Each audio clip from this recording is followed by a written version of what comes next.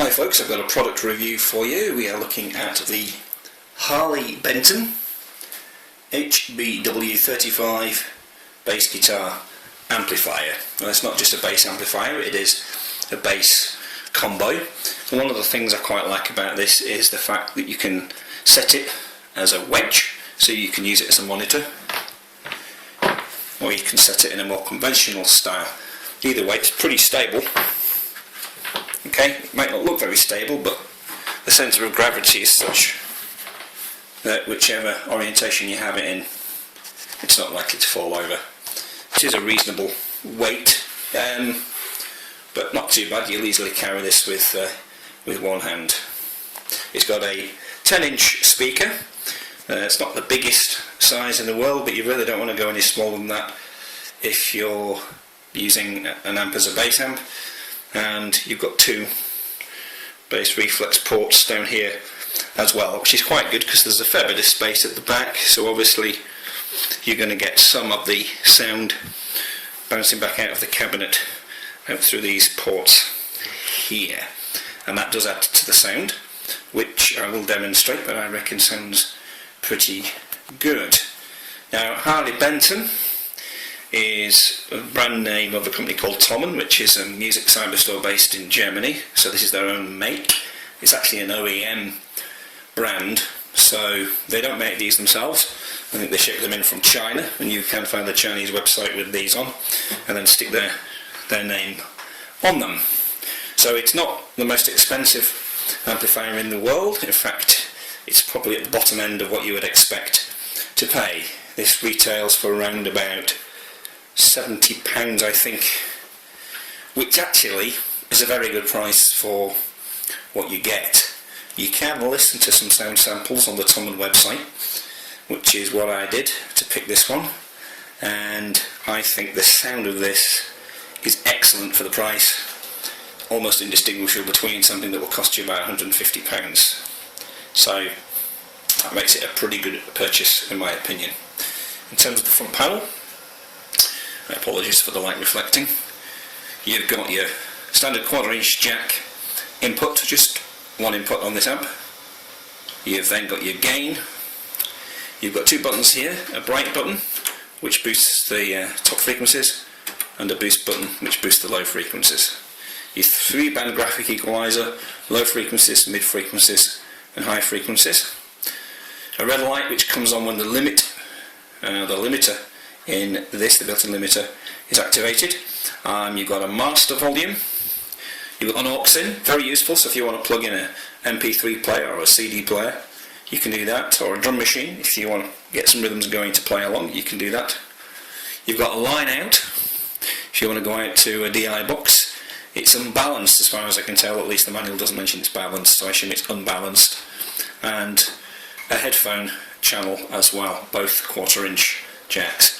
I've tried the phone channel.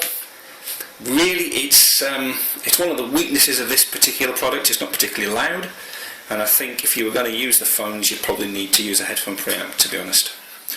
You've got the power indicator LED, which is blue, very bright blue, and your rocker on/off switch.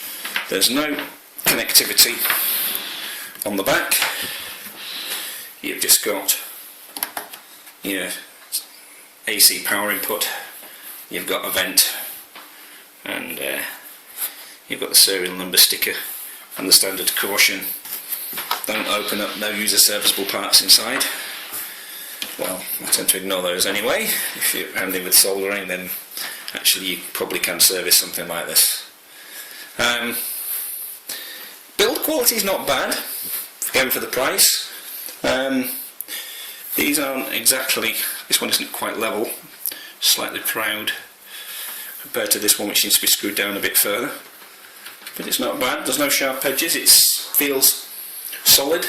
It's got the standard carpet style covering and a good solid grille on the front here with some very nice silver headed screws keeping it in place. I quite like the aesthetics of this. Green might not be to everybody's taste, it's not bad. Probably not brilliant either, but it's the kind of signature styling that you find on these particular amps. There are others in the range. 35 watts isn't a lot. This is probably good for a small venue or for a practice amp, particularly the fact that you can point it towards yourself and angle it up. A small intimate venue this will be fine for. I don't expect you to use this if you're going to be gigging regularly in bigger venues, noisy pubs and clubs. It probably will struggle at 35 watts, though it's capable of chucking out a fair bit of volume. You are going to be limited by the power of that amplifier in the end. Just remember, watts don't mean volume, watts is power. So very efficient amps can be low wattage and still be very loud, but we're not going to be really worried too much about that in this price range. So for a 35 watt amp, I think this is an excellent purchase. I think you'll struggle to find anything as good for the price, to be honest. What I'd like to do now is give you just a quick demonstration. Bear in mind, I'm not really a bass player. I'm trying to be. I'm getting into bass, which is why I've got this. I'm a guitarist primarily, so do excuse the fact that my bass playing might not be the best in the world, particularly if you're a very good bass player. Then apologies if you feel I'm not doing justice to the instrument. So we'll just take a quick pause, and when we come back you can have a listen to what this amp sounds like. Okay, we're just going to try a few things on here. As I say, I'm not really a bass player, but let's see what we can come up with. This I'm using here a sound that I quite like. I've got the boost button pressed in. The low is about a third of the way around. I've got no middle in there at all, and the high is about half on this. The gain is about a third of the way, and the master's about half. So let's see what we can do.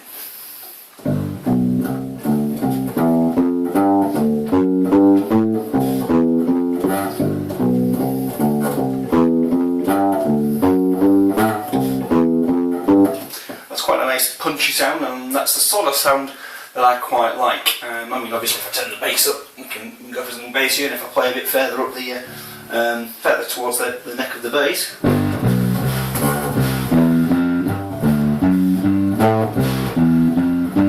there's still a good gutsy sound there. If you prefer something a little bit toppy, press the brake button in, release the boost button, and we'll get something like this.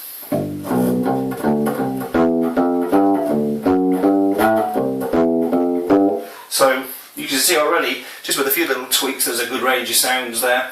But I really do kind of like this one, it's good for me.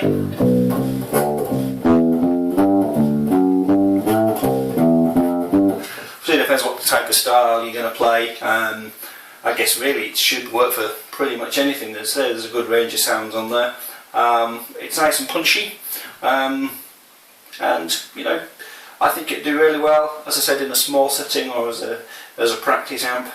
But just bear in mind, if you want to use the headphones, make sure you get yourself a headphone preamp. So there we go, that was the Harley Benton HBW-35 bass amplifier. Gets a thumbs up from me.